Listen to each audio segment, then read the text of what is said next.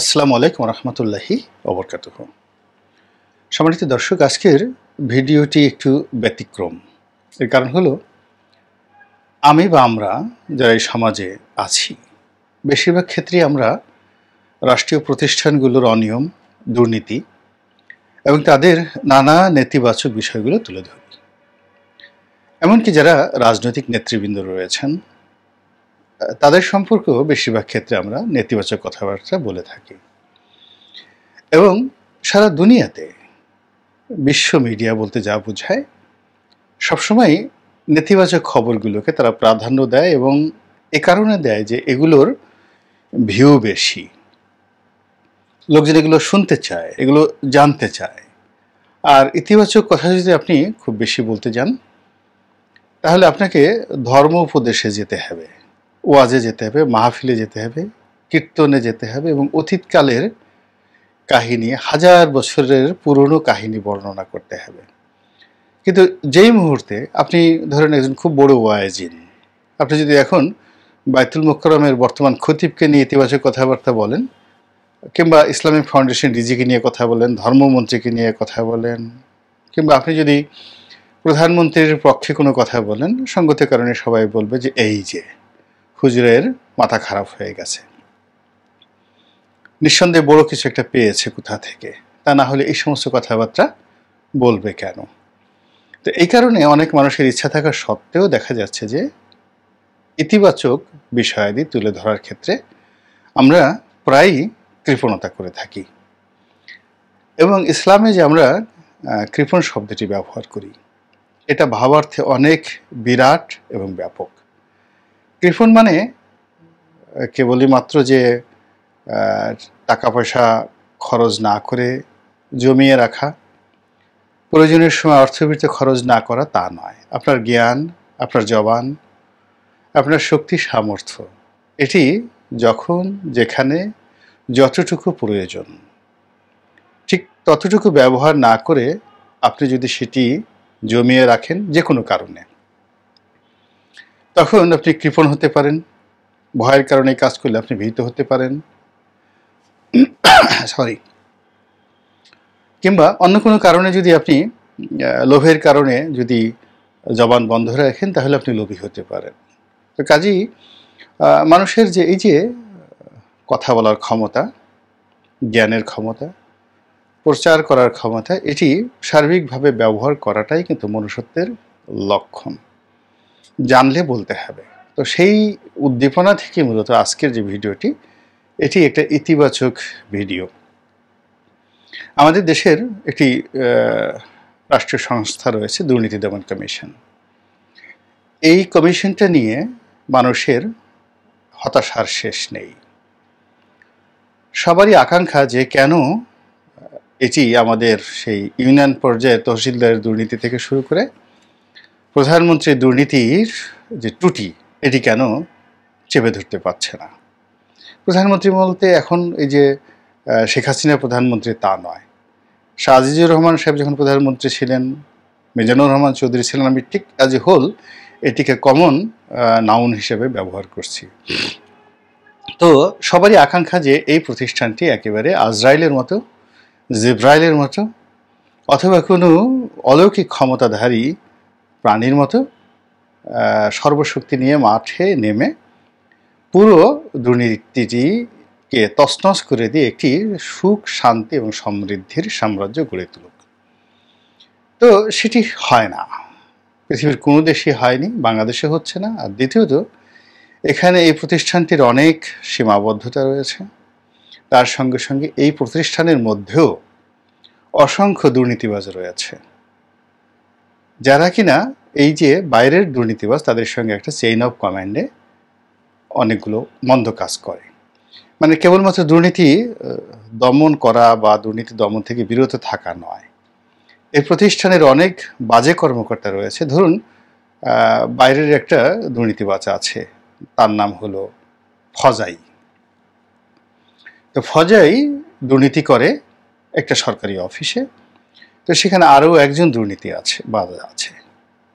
তো আরও একজন দুর্নীতিবাজ আছে যার সঙ্গে সে দুর্নীতিতে পেরে ওঠে না। তখন ফজাই করে কি, দুর্নীতি দমন কমিশনে যদি তার কোনো দুলাভাই থাকে, সিন্ডিকেট থাকে, যার নাম ধরুন ভজাই, মানে ফজাইয়ের সেই দুলাভাই ভজাই, সে ভজাইকে বলল যে দুলাভাই ঠিক আমার যে প্রতিদ্বন্দ্বী তাকে ধরো, এবং ওখান থেকে অর্থাৎ আমার টেবিলে 100 টাকা ইনকাম হতো আর আমার প্রতিদ্বন্দ্বীর ইনকাম হতো 100 টাকা। তো আমরা ওই বাকি 100 টাকা যেটা অতিরিক্ত হবে এরপর থেকে এটা দুই ভাই মিলে ভাগাভাগি করে নেব। তো এরকম মন্দ লোকের সংখ্যা যে দুর্নীতি দমন কমিশনে নেই এ কথা কিন্তু আমরা বলতে পারি না।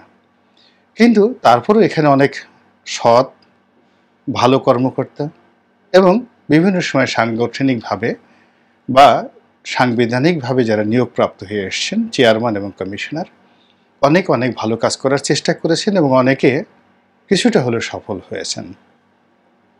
তো সেই দিক থেকে এখন বাংলাদেশে যে দুর্নীতির বোমাগুলো একটার পর একটা বিস্ফোরিত হচ্ছে এবং যেভাবে দুর্নীতিবাজরা ধরা পড়ছে, যেভাবে দুর্নীতির খবর প্রকাশিত হচ্ছে এবং সেই দুর্নীতিবাজদেরকে সীমিত সামর্থ্য থাকা সত্ত্বেও দুর্নীতি দমন কমিশন যেভাবে অক্টোপাসের মতো চেপে ধরেছে তা আমার কাছে ব্যক্তিগতভাবে ভালো লেগেছে। যেমন ধরুন বেনজির, এখন বেনজিরের বিরুদ্ধে মামলা করা, এই জন্য কিন্তু দুর্নীতি দমন কমিশনের কর্মকর্তাদেরকে আমি যদি জেলা জজ কোর্টে মামলা করতে যাই, আমাদেরকে যে দুর্ভোগ দুর্দশা পোহাতে হয় তাকেও গিয়ে কিন্তু সেখানে দুর্ভোগ দুর্দশা পোহাতে হয়েছে।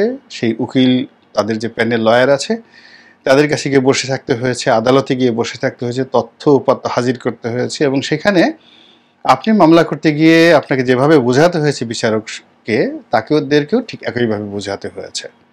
তো সেখানে এই যে যারা কর্মকর্তারা, একাধিক কর্মকর্তারা বিভিন্ন মামলা করার জন্য কোর্টে দৌড়াদৌড়ি করছেন, এটি চারটিখানি বিষয় নয়।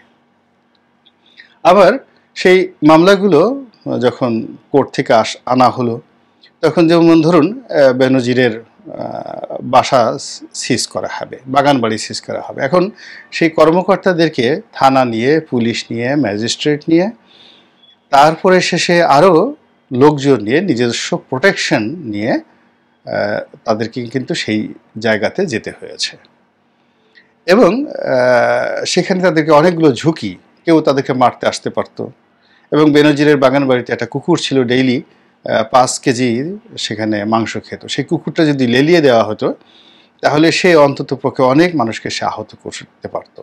তো এরকম ঝুঁকিগুলো নিয়ে তাকে কিন্তু সেই স্পটে যেতে হয়েছে। একইভাবে বেনজিরের বাসায় যেতে হয়েছে। এখন বাসার মধ্যে ধরুন বেনজিরের কথা বলছি না, অন্য যে কোনো অপরাধী, তারা বাসার মধ্যে এমন কিছু গ্যাস রেখে গেল, যদি আপনার প্রস্তুতি না থাকে দরজা খোলার সঙ্গে সঙ্গে সেই গ্যাসগুলো আপনার নাকে মুখে লেগে আপনি সঙ্গে সঙ্গে সেখানে মরে যেতে পারেন। বা ঘরের মধ্যে অনেকগুলো সে বিষধর সাপ রেখে গেল একটা সিন ক্রিয়েট করার জন্য। তো ড্রয়ার আপনি খুঁজতে গেলেন, ড্রয়ারের মধ্যে সে কতগুলো সাপ রেখে দিয়ে গেল। তো এই বিষয়গুলো কিন্তু সংশ্লিষ্ট কর্মকর্তা কর্মচারীদেরকে মাথায় নিয়ে তারপরে স্পটে যেতে হচ্ছে এবং সেই কাজগুলো দুর্নীতি দমন কমিশনের লোকজন কিন্তু করে যাচ্ছেন।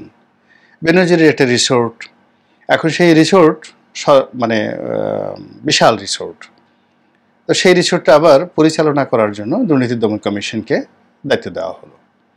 এখন সেটি করার জন্য তো তাদের অতিরিক্ত জনবল লাগবে, সেখানে একজনকে নিয়োগ দেওয়া হয়েছে, তিনি আবার বাকিগুলো ম্যানেজ করে সেই কাজগুলো করছেন এবং এটিকে একটা লাভজনক প্রতিষ্ঠান তাকে নিতে হচ্ছে এবং তাকে জবাবদিহি করতে হচ্ছে। ফলে এই যে দুর্নীতিবাজরা দুর্নীতি করেছে, হয়তো আনন্দ করেছে, ফুর্তি করেছে, আবার এই দৃশ্যগুলো ধরা পড়ার পরে আমরা দেখছি, আমাদের খুব মজা লাগছে, আনন্দ লাগছে, কিন্তু সত্যিকার অর্থে এই দুর্নীতি দমন করতে গিয়ে দুর্নীতি দমন কমিশনের যে কর্তা ব্যক্তি, তাদেরকে কিভাবে এই রোদ বৃষ্টি গরম বিরূপ আবহাওয়ার মধ্যে কিভাবে তাদেরকে সেই দৌড়াদৌড়ি করতে হচ্ছে, এই বিষয়গুলো কিন্তু আমাদেরকে সহানুভূতির দৃষ্টি নিয়ে দেখতে হবে। এবং আমরা যদি তাদেরকে ধন্যবাদ না জানাই, তাদেরকে যদি আমরা সহযোগিতা না করি, তাদের জন্য দোয়া না করি, তাহলে দেখা যাচ্ছে যে তাদের কর্মে কখনোই তারা প্রেরণা পাবে না। এজন্য শিরোনামটি আহলান ওয়া সাহলান ইয়া দুর্নীতি দমন কমিশন, এই শব্দগুলো ব্যবহার করেছি। আপনারা জানেন যে আতিথেয়তার দিক থেকে আরব দেশের কোনো তুলনা হয় না। কোনো আরব পরিবারে যদি আপনাকে দাওয়াত করা হয়, তাহলে আপনি বুঝতে পারবেন যে আতিথেয়তা কাকে বলে। আমরা যেমন বাংলায় বলি স্বাগতম, আসুন, গুড মর্নিং, আসসালামু আলাইকুম, এই কথাগুলো আমাদের দেশে সচরাচর। কিন্তু আরব দেশে যেটি হয় সেটি হলো, কোনো মেহমান যখন কারো বাড়িতে আসে, তখন হৃদয়ের সমস্ত আকুতি সে ঢেলে দিয়ে সেই গৃহকর্তা অভ্যাগত যিনি অতিথি, যিনি এসেছেন, তাকে সম্মান জানানোর জন্য সবাই সমস্বরে, ছেলে, বুড়ো, মহিলা, পুরুষ সবাই মিলে একসাথে বলে ওঠেন আহলান ওয়া সাহলান, স্বাগতম, স্বাগতম। তো সেই দিক থেকে এখন এই যে এতগুলো দুর্নীতিবাজ, একজন দুজন নয়, আপনি অ্যাটলিস্ট এই মুহূর্তে নতুন করে, অর্থাৎ দুর্নীতি দমন কমিশনের যে নর্মাল শিডিউল ওয়ার্ক রয়েছে, কাজ রয়েছে, তার বাইরে এই পত্রপত্রিকা মিডিয়ার কারণে এই মুহূর্তে কম করে হলো 200 থেকে 300 নতুন ফাইল যুক্ত হয়েছে। এখন এই যে আবেদ আলী ড্রাইভার, তার সঙ্গে 17 জন, আবার এই 17 জনের সঙ্গে যদি আরও 17 জন করে হয়, 17 × 17 কতজন আসে? আবার এই আবেদ আলী যাদের কাছে প্রশ্নপত্র বিক্রি করেছে, এদের সঙ্গে যদি 200 হয়, তাহলে কতজন আসে? আবার দেখুন বেনজির কাণ্ড, বেনজির কাণ্ডের পরে ছাগল কাণ্ড, ছাগল কাণ্ডের পরে আসাদ মিয়ার নাম আসলো, তারপরে আসাদ মিয়ার সাথে সাথে আবার জেনারেল আজিজের নাম আসলো, এরপরে মতিউরের নাম আসলো, মতিউরের পরে মশিউরের নাম আসলো, পুলিশের গৌতমের নাম আসলো, এরপরে বরিশালের ডিআইজি আর একটা কী যেন নাম, তার নাম আসলো। একটার পর একটা কিন্তু নাম আসছে। ফলে এই কাজগুলো তাদেরকে কিন্তু সীমিত, তাদেরকে হঠাৎ করে কিন্তু এই কাজ করার জন্য বাজেট বরাদ্দ দেওয়া হয়নি। যেমন পুলিশ বা আর্মি, তারা যখন কোনো অপারেশনে যায় বা কোনো অভিযান পরিচালনা করতে যায়, তখন সেখানে তাদের সেই অভিযানের জন্য আলাদা আনলিমিটেড বাজেট থাকে। তো দুর্নীতি দমন কমিশনকে এই যে অতিরিক্ত কাজের জন্য আলাদা কোনো বাজেট কিন্তু তাকে দেওয়া হয়নি। এদেরকে শুদ্ধাচার পুরস্কার দেওয়া হয় পুলিশে বা অন্যান্য বিভাগে। এরকম দুদকের কোনো কর্মকর্তাকে শুদ্ধাচার পুরস্কার দেওয়া হয়েছে, ধন্যবাদ দেওয়া হয়েছে, বা তাদেরকে প্রমোশন দেওয়া হয়েছে, এ পর্যন্ত কোনো ভালো কর্মের জন্য তাদেরকে সংবর্ধনা দেওয়া হয়েছে রাষ্ট্রের পক্ষ থেকে, আমি দেখিনি। আপনারা দেখেছেন কি না বলতে পারবো না। তো যাই হোক, এই যে একটা প্রতিষ্ঠান, সরকারি একটা প্রতিষ্ঠান দীর্ঘদিন ধরে কাজ করছে, তাদের অনেকগুলো ব্যর্থতা আছে, অনিচ্ছা আছে, মন্দ কাজ আছে, তার সঙ্গে সঙ্গে অনেক ভালো কাজও তো আছে। এখন এই সময়টাতে দুদকের নাম শুনলে যেভাবে মানুষ ভয় পাচ্ছে, দুর্নীতিবাজদের মধ্যে যেভাবে একটা আতঙ্ক তৈরি হয়েছে, এটাই কম কিসে।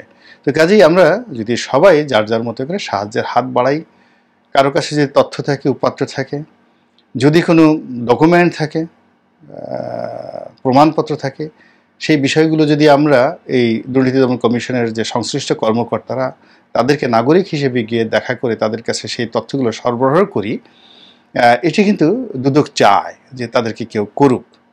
তো সেই ক্ষেত্রে তাদের যে কর্ম অনেকটা সহজ হয়ে যায়। তো কাজেই দুর্নীতি দমন কমিশন এখন যে সময়টিতে যে কাজগুলো করছেন, আমি ব্যক্তিগতভাবে স্বাগত জানাচ্ছি, তাদের জন্য দোয়া করছি, এবং তাদের কর্মে যেন আল্লাহ রাব্বুল আলামিন বরকত দান করেন, এই প্রার্থনা করছি। আসসালামু আলাইকুম ওয়া রাহমাতুল্লাহি ওয়া বারাকাতুহু।